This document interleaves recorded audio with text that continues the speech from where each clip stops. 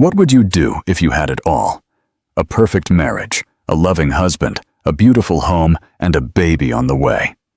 Now, what would you do if in a single, gut-wrenching moment you discovered it was all built on a foundation of lies? For Amelia Rose, the answer was not to scream, to cry, or even to leave.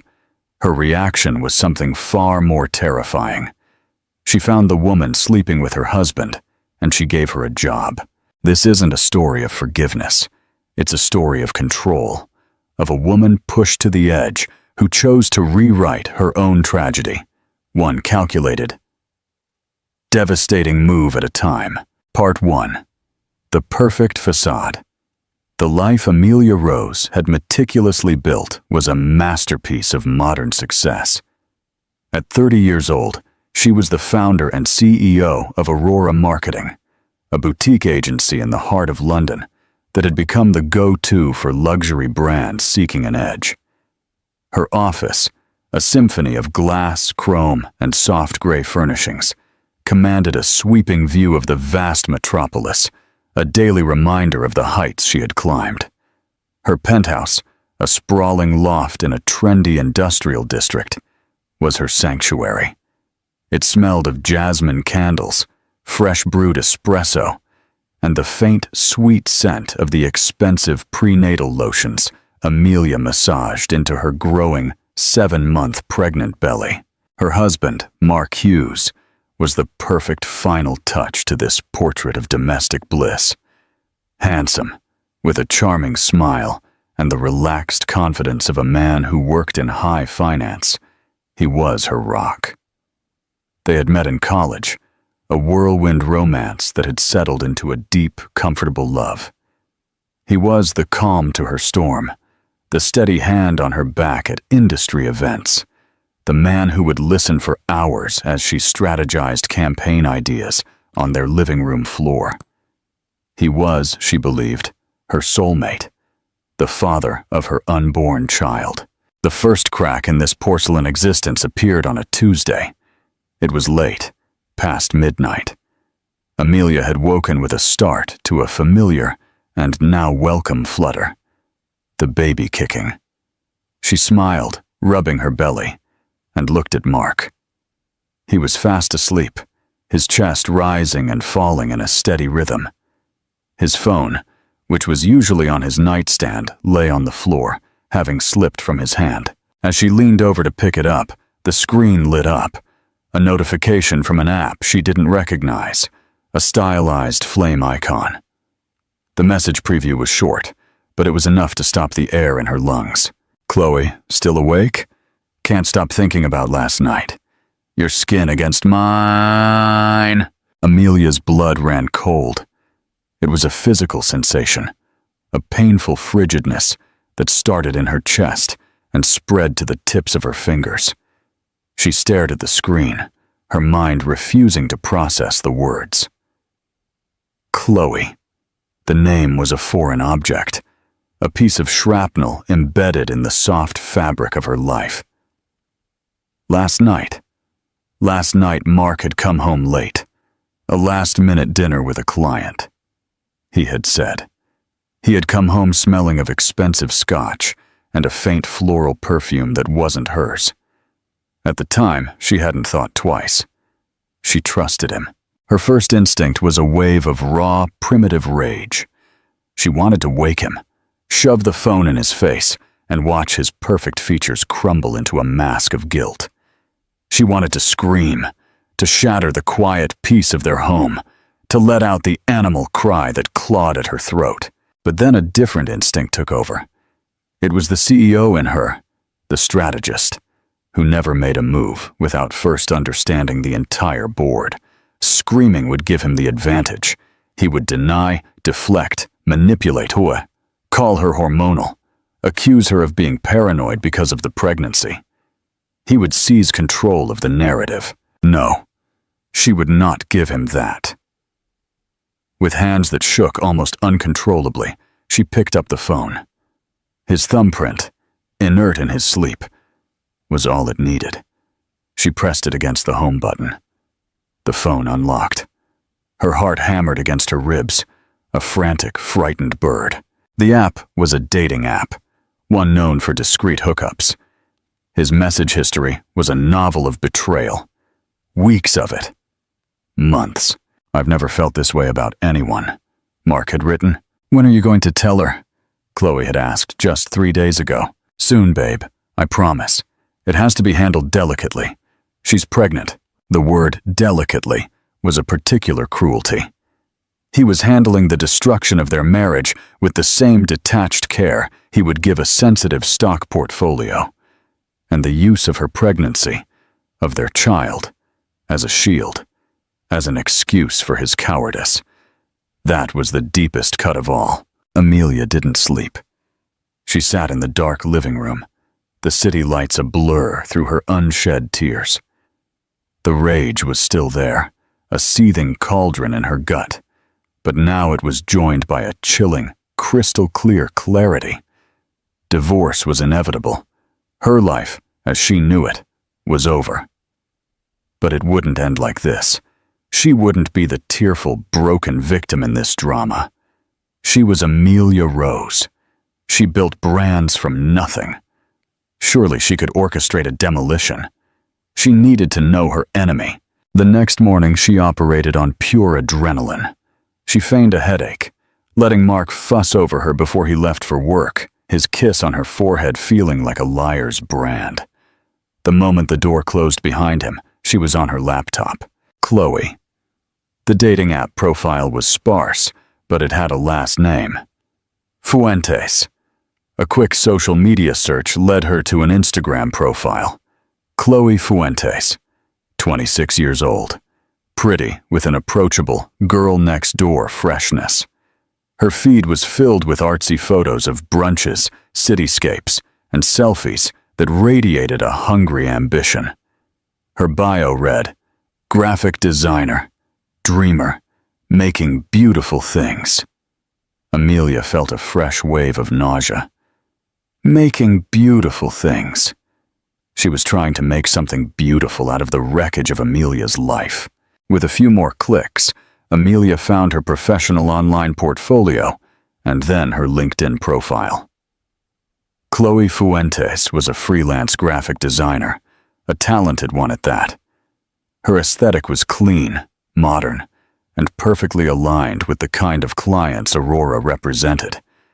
And that's when the idea began to form. It was a monstrous, terrifying, and utterly brilliant thought. It started as a whisper in the back of her mind, a flash of vengeance so audacious it almost made her laugh. What if she didn't just watch Chloe from a distance? What if she brought her closer? What if she made this woman who was secretly trying to dismantle her life directly dependent on her for a paycheck? The plan was insane. Her best friend Amelia would have her committed. But the more she thought about it, the more it felt right. It was a move no one would see coming. It was a way to reclaim her power, not by ending the game, but by changing the rules so completely that she was the only one who knew how to play. She would learn every one of Chloe's weaknesses, her fears, her ambitions. She would see with her own eyes what Mark saw in her, and she would do it all from the ultimate position of power. As her boss, her agency for Aurora just so happened to have an opening for a mid-level graphic designer. The ad had just gone out last week. Amelia's fingers flew across the keyboard. She opened her work email, her expression hardening into a mask of pure, steely resolve. She found the generic HR email address listed on Chloe Fuentes' professional website. Subject: Graphic Design. Opportunity at Aurora. Dear Ms. Fuentes, my name is Amelia Rose, CEO of Aurora Marketing. I came across your online portfolio, and I was exceptionally impressed with the quality and creativity of your work. Your aesthetic aligns perfectly with the direction we are taking with several of our key luxury accounts. We currently have an opening for a senior graphic designer, a position I believe would be an excellent fit for your talents. If you are interested in exploring this opportunity, I would like to invite you to our offices for an interview at your convenience. I look forward to hearing from you. Sincerely, Amelia Rose. She hit send before she could doubt herself. The email launched into the digital void, a declaration of war disguised as a job offer. She leaned back in her chair, a hand resting protectively over her stomach. The baby kicked again, a tiny internal flutter. "Don't you worry, little one," she whispered to the empty room. "Mommy's got this." The war had begun, and Amelia Rose was about to bring her enemy right through the front doors. Part 2. The Silent Predator. 2 days later, Chloe Fuentes walked into the sleek, intimidatingly serene reception area of Aurora Marketing. She clutched a leather portfolio to her chest, her chosen outfit, a chic but professional black jumpsuit, radiating a carefully constructed confidence. She was nervous, but it was the excited nervousness of a young professional on the brink of a major career breakthrough. Aurora was the big leagues. A job here, working directly under the legendary Amelia Rose, was the stuff career dreams were made of. She had been ecstatic when she got the email. Amelia Rose herself had reached out. Chloe had told Mark about it during a clandestine lunch, her voice vibrating with excitement. She said she was exceptionally impressed with my work. Can you believe it? Mark had frozen for a second, a forkful of pasta halfway to his mouth. Amelia Rose from Aurora? Wow, Chloe. That's incredible. He felt a pang of unease, a strange convergence of his two separate lives that felt dangerous, but he quickly dismissed it. It was a coincidence, an odd, unsettling one. But nothing more. He couldn't tell Chloe that his wife was the CEO who wanted to hire her. The lie was too deep, the deception too entangled. So he simply said, "Wow, Chloe, that's incredible. You deserve it." Standing in the heart of Amelia's empire, Chloe had no idea she was a pawn in a game she didn't even know was being played. The receptionist led her down a long hallway to a corner office with a floor-to-ceiling glass wall that offered a breathtaking panoramic view of the city. And there she was, Amelia Rose. She was even more formidable in person. Even heavily pregnant, she commanded the space. She wore an impeccably tailored, cream-colored maternity dress that seemed to cost more than Chloe's rent. Her dark hair was pulled back in a severe, elegant bun, and her expression was one of cool, unreadable authority. She didn't stand. She simply gestured to the chair across from her desk. "Ms. Fuentes, thank you for coming in. I'm Amelia Rose. It's an honor to meet you, Mrs. Rose," Chloe said, her voice a little more breathless than she would have liked. She noticed the wedding ring, a formidable diamond that seemed to trap and refract the light with an accusatory gleam. "Please have a seat," Amelia said, her voice as smooth as silk, but with an undertone of steel. She didn't smile. The interview began with standard questions. Amelia asked about Chloe's design philosophy, her experience with specific software, and her previous freelance projects. Chloe, gaining confidence, answered fluently, opening her portfolio to show her best work. She was good. Amelia had to concede that. It made it all the more infuriating. Then, Amelia's questions began to shift. The change was subtle, a scalpel sliding between the ribs. "Tell me about your long-term goals, Chloe. Where do you see yourself in 5 years?" Amelia asked, leaning forward slightly, her hands clasped over her belly. The subtext screamed in her own mind. "Do you see yourself in my house raising my child?" "I want to be a creative director," Chloe answered truthfully. "I want to lead a team, to shape a brand's entire identity. I'm very ambitious." "Ambition is good," Amelia said, her gaze unblinking. "But it can make people reckless. How do you handle high-pressure situations? Say, when you're dealing with a difficult client, or when the professional and personal lines blur." Chloe felt a flicker of unease at the phrase. I believe in maintaining professionalism at all times, she said carefully. Clear communication and managing expectations are key. You have to keep things separate. Oh, do you? Amelia thought, a silent, bitter laugh echoing in her head. Like keeping your affair with a married man separate from his pregnant wife. An excellent answer, Amelia said aloud, her face a perfect mask of corporate approval. She turned a page on Chloe's resume, though she wasn't reading it. She had already memorized every word. It says here, you value dedication and building lasting relationships. How do you define loyalty in a professional context, Chloe? The question hung in the air, sharp and heavy. Chloe shifted in her seat. Loyalty is commitment. It's about seeing a project through, being trustworthy, and having the company's best interests at heart. It's about honoring the faith someone puts in you. Every word was a new stab at Amelia's heart.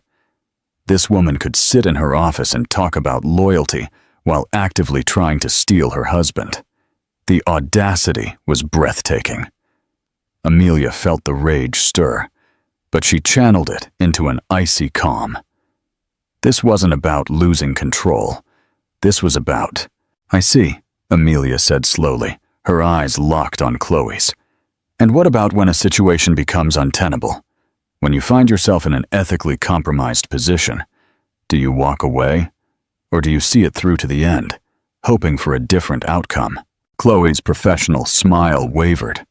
The questions were becoming oddly personal, intensely philosophical for a design job interview.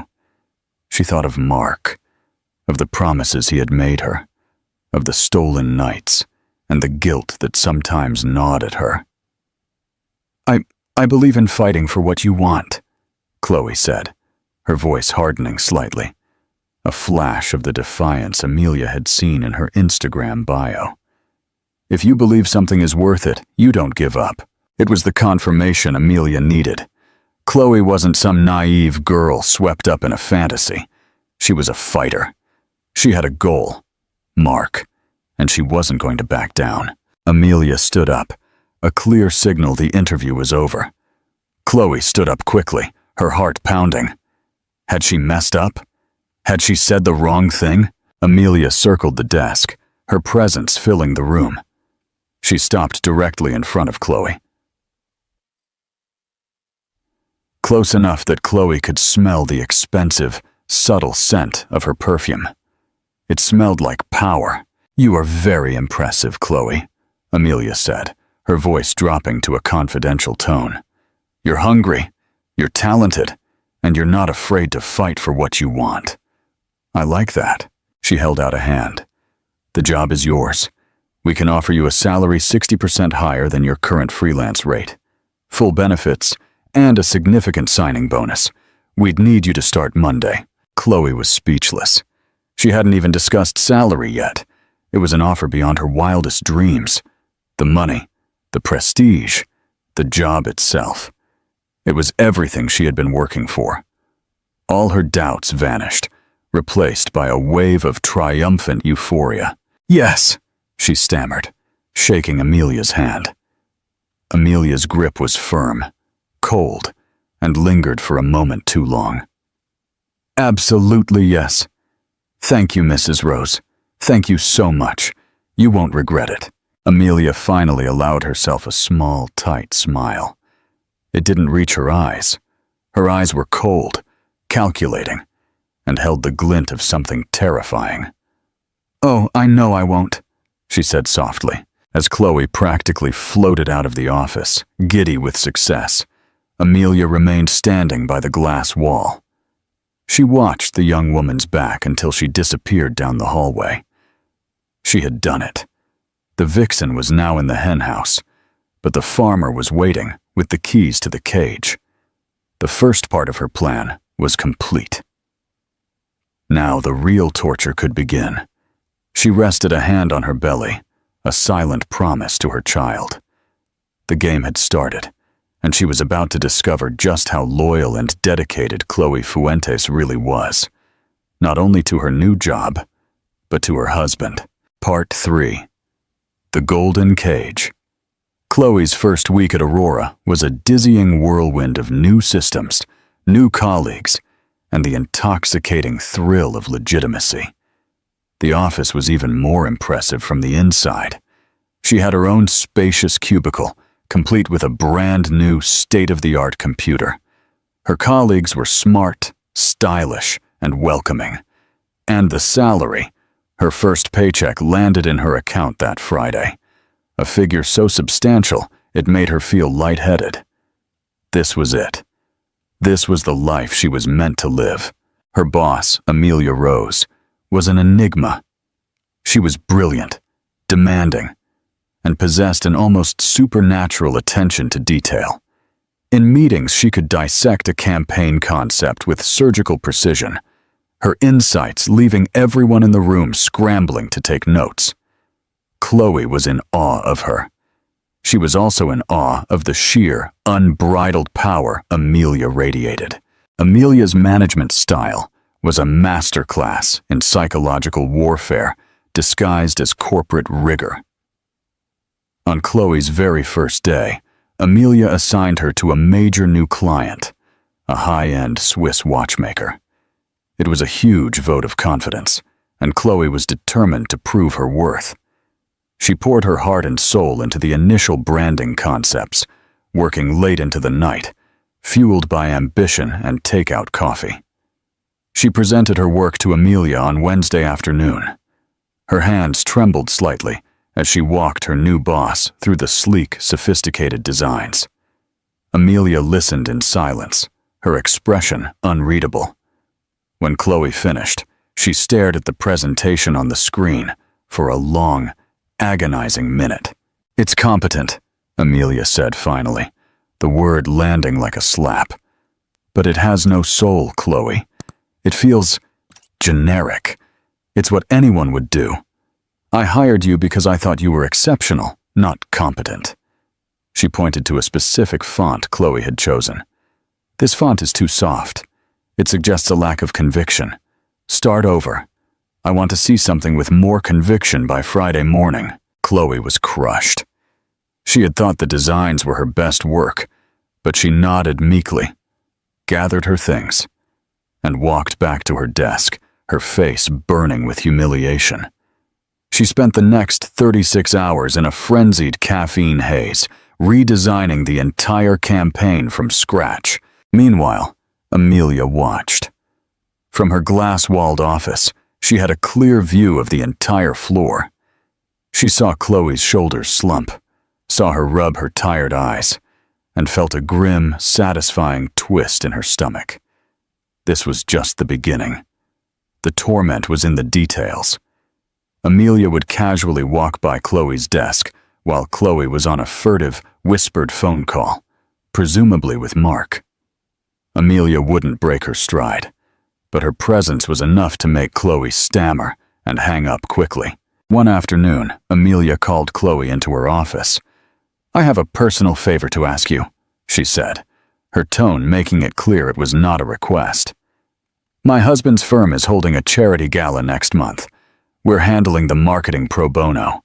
I need a stunning invitation, something classic and elegant." Chloe's blood ran to ice. Her husband. She had to design an invitation for an event hosted by her lover's firm for her lover's wife. The irony was so thick it was suffocating. "Of course, Mrs. Rose," she managed to say. "His name is Mark Hughes," Amelia continued, watching Chloe's face for the slightest flicker of recognition. "He's a senior vice president at Sterling Capital. Perhaps you've heard of him." Chloe's heart hammered in her chest. She forced a neutral expression, an ability she was quickly learning was essential for surviving at Aurora. "I don't believe so, but I'll get on it right away." "Good," Amelia said, turning back to her computer. "He's very particular. He'll want to see the proofs himself." The lie was flawless. Mark had never looked at a proof in his life, but it was the perfect excuse to create a pressure cooker. Mark's life was becoming increasingly fraught. The affair, which had once been an exciting escape, was now a source of stress. Chloe was no longer the carefree, adventurous woman who had attracted him. She was constantly exhausted and on edge. "My boss is a nightmare," she complained during a hurried secret dinner. "She's a taskmaster, a perfectionist. She made me redo an entire campaign because she didn't like the font's conviction." "Then quit," Mark said exasperatedly. "You don't need this job, Chloe."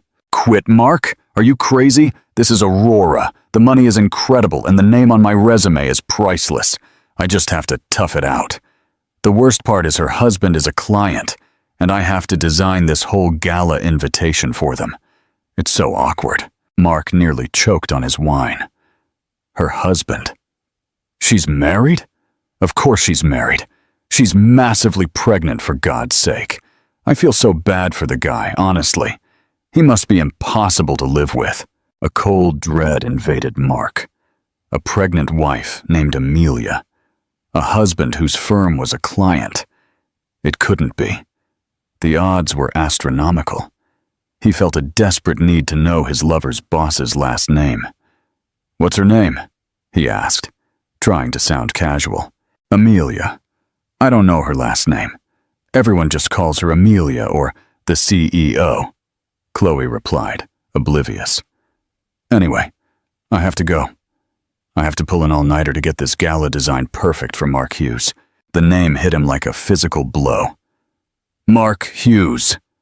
She had said his name. He stared at her, his mind racing, connecting the dots with a sickening speed. Amelia Rose. Aurora. Pregnant. Her firm. His name. It was not a coincidence. His wife had hired his mistress. The realization did not come with an explosion, but a horrible, silent implosion. He felt the floor drop out from under him. This wasn't bad luck. This was a plan. A deliberate, calculated, and psychopathic plan. His brilliant, strategic wife, the woman he had underestimated, was playing a game so complex he couldn't even see the board. He looked at Chloe across the table, who was reapplying her lipstick, complaining about kerning and paper stock. She had no idea. She was a lamb being led to a slaughter she couldn't even conceive of, and he was trapped. What could he do? If he told Chloe, she would confront Amelia and the fallout would be catastrophic. If he confronted Amelia, she held all the cards. She could ruin him not just personally, but professionally. His wife wasn't just angry. She was dismantling his life piece by piece from the inside, and she was using his own mistress as a tool. The next few weeks were a living hell for Chloe and Mark. Amelia's cruelty became more refined. She would schedule last-minute emergency meetings on Friday nights, forcing Chloe to cancel plans with Mark. She would praise Chloe's work in front of the whole team, only to eviscerate it privately moments later. The ultimate twist of the knife came on a Tuesday afternoon. Amelia called Chloe on the intercom. "Chloe, could you come in for a moment?" When Chloe walked into the office, Amelia was on speakerphone. "So I'll see you there around 7:30, babe," Amelia was saying. "I love you." "I love you too, Ames," Mark's voice answered from the speakerphone, a voice Chloe knew intimately. Chloe froze. Her blood turned to ice water. That voice was Mark's. There was no mistake. Ames. That was his pet name for his wife. Amelia hung up the phone and looked at Chloe, a picture of innocence. "Sorry, my husband," she said with a warm, wifely smile. "He can be a bit needy. Now, about the banner ads for the Sterling Capital Gala." Chloe was rooted to the spot, her mind a whirlwind of confusion and horror. The CEO's wife was named Amelia. The CEO's wife's pet name was Ames. The CEO's wife was the pregnant, terrifying, brilliant woman, making her life a living hell. It all crashed down on her at once. The coincidence, the strangely personal questions in the interview, the constant pressure, the impossible demands, the overheard phone call. This was not a job. This was a prison, a gilded cage she had walked into so gleefully. She looked at Amelia. She really looked at her for the first time, the cold, evaluating gaze. the slight, knowing curve of her lip, the hand resting possessively on her belly. This was not a boss. This was a woman who knew everything, and in that moment, Chloe Fuentes understood she was not a participant in an affair. She was a character in a revenge plot, and the protagonist, the writer, and the director was the formidable, terrifying woman sitting right in front of her. The fear she felt was profound, a primal terror that went far beyond losing a job. She had vastly and catastrophically underestimated her enemy. What would you do in Chloe's shoes? Would you try to run, or would you face the truth? Let us know in the comments below. Part 4. The game changes. The revelation shattered Chloe's world.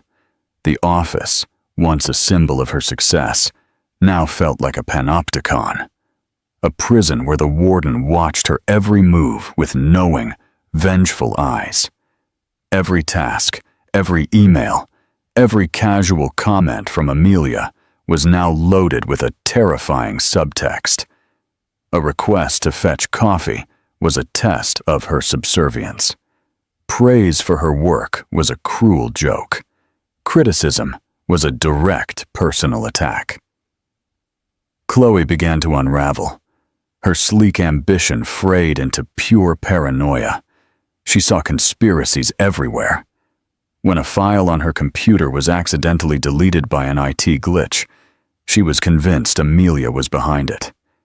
When she was given the tedious task of archiving thousands of old image files, she saw it as a punishment. She began making mistakes, simple typos and important deadlines that were missed by a few hours. Her work, once her pride, began to suffer under the weight of her psychological torment. Her clandestine meetings with Mark became tense with a new kind of desperation. She knows Mark.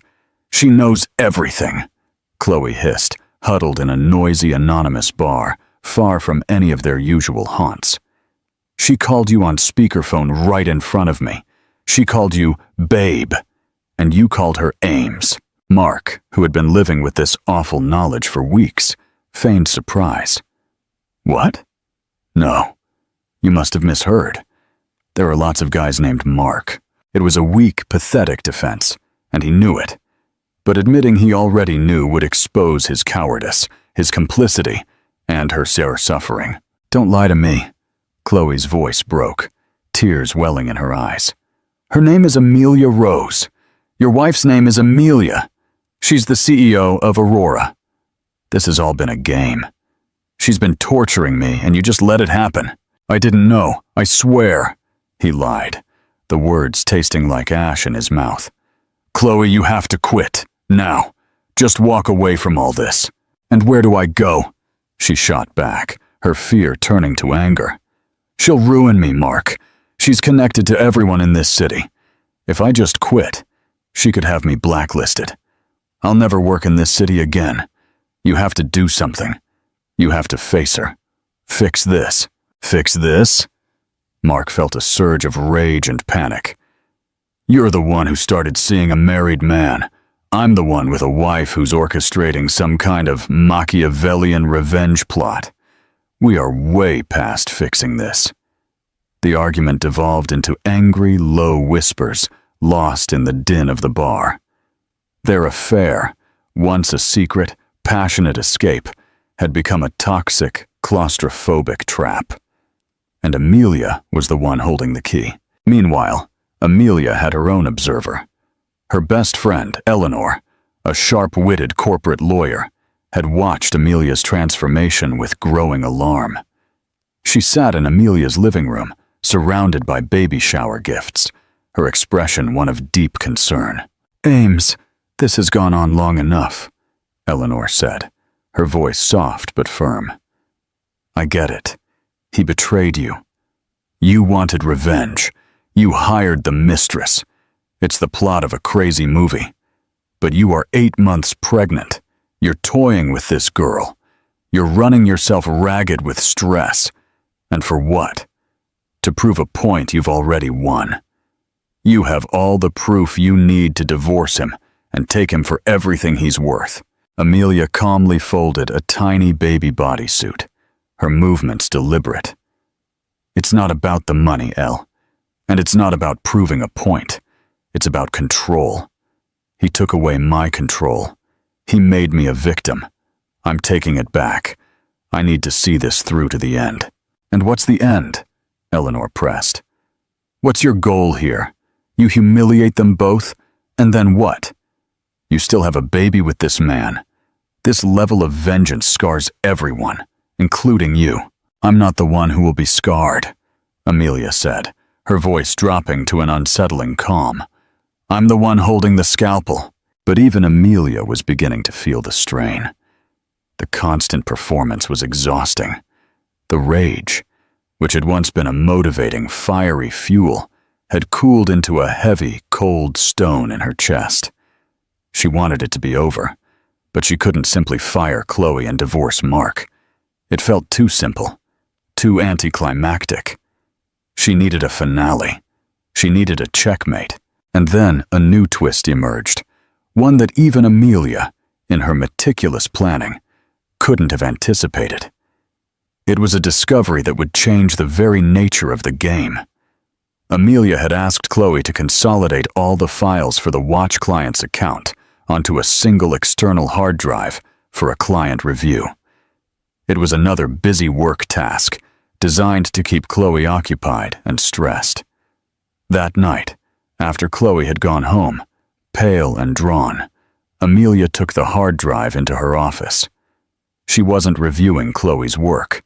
She was looking for something else. A tell. The strategist in her wanted to know if Chloe had been careless, if she had left any personal files on the drive. She plugged it into her computer, deep inside a folder of stock images mislabeled textures. There was a hidden folder. Its name was M.H. Finances. Amelia's breath caught. M.H. Mark Hughes. With trembling fingers, she opened it. It wasn't just a few files. It was a treasure trove of corporate espionage.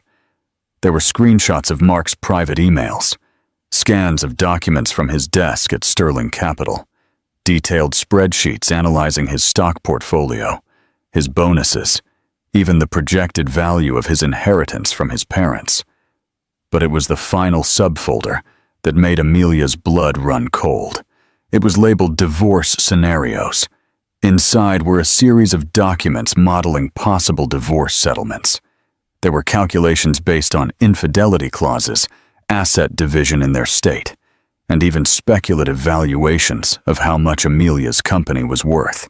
Now, Chloe hadn't just been sleeping with her husband. She had been systematically researching his wealth, planning for the eventual breakup and her subsequent payday. This wasn't a crime of passion. It was a meticulously planned heist. The realization hit Amelia with the force of a physical blow. She had seen Chloe as a rival for her husband's affection, a homewrecker. But she was wrong. Chloe Fuentes was not just a mistress. She was a predator, a con artist who had targeted Mark, probably seeing him as an easy mark. The affair wasn't the goal. It was the leverage. Suddenly, the entire narrative shifted. This was no longer just about a husband's betrayal. It was about an attack on her family, her finances, her legacy, and the future security of her unborn child. Chloe wasn't a love-struck girl who deserved pity or even a simple, straightforward vengeance. She was a calculating adversary who needed to be neutralized. A new, fierce energy surged through Amelia. The exhaustion vanished, replaced by a cold, sharpened fury. Her plan had been about emotional revenge, about reclaiming her power. Now it was about something far more primary: protection. She looked at the evidence on the screen. Chloe had been using Aurora's resources, its computers, its servers, to carry out this corporate espionage. She had been building a case against Mark while on Amelia's payroll. This wasn't just infidelity. It was grounds for a lawsuit. It was a weapon. Eleanor's words echoed in her head. "What's your goal here?" Now Amelia knew. The goal was not going to be just a confrontation. It was going to be an annihilation. She had the means to destroy not only her husband's affair, but the mistress herself, professionally and legally. She carefully copied the entire MH Finances folder onto her own secure server, a digital smoking gun. Then she deleted the original from the hard drive, leaving no trace of her discovery. She leaned back in her chair, a chillingly serene smile gracing her lips for the first time in months. The game had changed. The stakes were higher, and her path forward was brutally clear. The launch party for the Swiss watch client was in 2 weeks. It would be held at a sleek art gallery downtown. It was the perfect stage.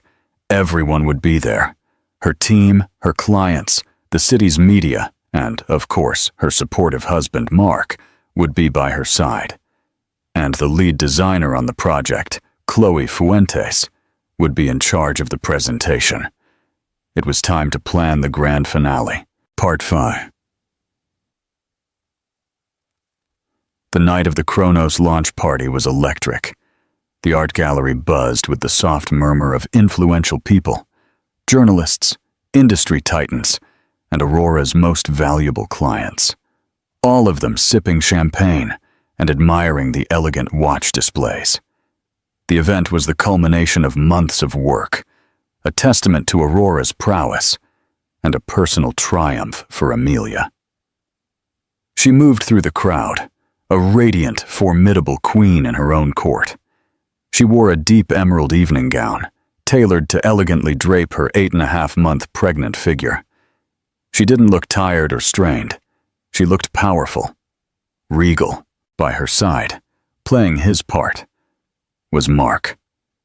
He looked handsome in his tailored suit, but a keen observer would notice the tension in his jaw, the sweat on his brow. He knew something was coming. The air around his wife was too quiet, too charged. It was the unsettling stillness before a lightning strike. Across the room, Chloe Fuentes was a bundle of nerves. She wore a somber black dress, trying to look professional, but her hands trembled as she went over the presentation on a laptop behind the main stage. This party was supposed to be her crowning achievement, the moment her hard work on the Kronos account would pay off. Instead, it felt like her own execution. For weeks she had been trapped, working under the terrifying gaze of the woman she had wronged, forced to interact with her, to take orders, to even design the very invitations for this event that now felt like a stage for her own humiliation. Her plan to secure a comfortable future by leveraging Mark had failed spectacularly, leaving her in a psychological prison. All she wanted was for this night to be over. Amelia had set the stage with the precision of a master director. She had given Chloe a pivotal role, not only running the main presentation, but also curating a behind-the-scenes digital exhibit that would play on screens throughout the venue. She had also, 2 days prior, orchestrated a masterful piece of misinformation. During a casual conversation with another senior staff member, loud enough for Chloe to overhear, Amelia had mentioned a last-minute massive investment deal Mark's firm, Sterling Capital, was making in Kronos, contingent on the success of the launch. She mentioned a 7-figure success bonus for Mark personally. It was a complete fabrication, but it was the perfect bait. For a grifter like Chloe, the thought of Mark receiving a huge, immediate cash windfall would be an irresistible lure, making her feel even more desperate about her precarious position. The main presentation began. The lights dimmed. Chloe, from her post at the back, initiated the slideshow. Images of stunning watches and evocative lifestyle shots filled the giant stage screen. The presentation was flawless, a testament to Chloe's talent, even under duress. When it concluded, the room erupted in applause. The CEO of Kronos gave a brief, effusive speech praising Aurora and its brilliant team. Then he introduced the woman of the hour. And now I would like to welcome the visionary behind this entire campaign, the CEO of Aurora, Amelia Rose. Amelia walked onto the stage, a picture of grace and power. The applause swelled. Mark watched from the front row, his heart pounding a frantic rhythm against his ribs. This was it. "Thank you, everyone," Amelia began, her voice resonating with warmth and authority. "Thank you, Jean-Pierre, for your trust in us. At Aurora, we believe a brand isn't just a product, it's a story. It's about heritage, integrity, and most importantly, it's about trust." She paused, letting the word trust hang in the air. She smiled a brilliant, dazzling smile that didn't reach her cold, focused eyes. "Building something of lasting value," she continued, "whether it's a brand or a life, requires an unwavering commitment to that trust. But sometimes, that trust is broken. Sometimes, the story you believe you're living is revealed to be a complete fiction." A confused murmur spread through the audience. This was not the standard corporate thank you speech. Mark felt the blood drain from his face. He wanted to get up, to run, but he was frozen in his seat. "Tonight we've celebrated a story of precision, elegance, and legacy," Amelia said, her voice taking on a sharper tone. "But I want to share another story, a more personal one. It's a case study, if you will, in brand demolition." She gestured to the large screen behind her. The Kronos logo faded. In its place, an image appeared. It was a screenshot of a text message. "Chloe, can't stop thinking about last night. Your skin against mine." Gasps rippled through the gallery. Chloe, in the back of the room, felt the world tilt on its axis. Her presentation remote fell from her nerveless fingers. This couldn't be happening. "This is a message sent to my husband, Mark Hughes," Amelia announced, her voice as clear as a bell. "From one of my employees." Another image flashed onto the screen. It was the smiling, ambitious face of Chloe from her LinkedIn profile. The audience turned as one, looking for her. Chloe cowered in the shadows, her face a mask of pure horror. "My husband," Amelia said, slowly turning her gaze to lock on Mark's. "The man standing beside me, building a life with me, waiting for the birth of our first child." Mark stared back at her, his expression one of utter ruin. He was exposed, flayed open in front of his colleagues, his clients, the world. "But this story has another twist," Amelia continued, her voice hardening. "Because I discovered this wasn't just a simple, sordid affair. This was a business transaction." The screen changed again. It now showed the files from Chloe's hidden folder. Spreadsheets titled MH Finances, documents titled Divorce Scenarios, a detailed analysis of Sterling Capital's bonus structure. "You see?" Amelia explained calmly, as if delivering a standard marketing report. "My employee, Ms. Chloe Fuentes, wasn't just sleeping with my husband. She was using my company's resources to carry out an exhaustive financial investigation on him. She was planning to leverage their affair into a lucrative divorce settlement. It was a hostile takeover of my life, executed on my time, and with my dime." The room was completely silent now, a tomb of shocked faces. All eyes were on Amelia, this heavily pregnant woman standing on a stage, calmly and methodically dismantling two lives with damning evidence on a 20-foot screen. Finally, she turned her attention to the back of the room, her voice laced with ice. "Chloe, you once told me in your interview that loyalty was about honoring the faith someone places in you. You told me you fight for what you want. I suppose I should thank you for showing me exactly what you think is worth fighting for." She looked back at the crowd. "Security," she said, her voice ringing with finality. "Please escort Ms. Fuentes from the premises. Her employment with Aurora, of course, has been terminated. We will be pursuing legal action for corporate espionage and theft of intellectual property."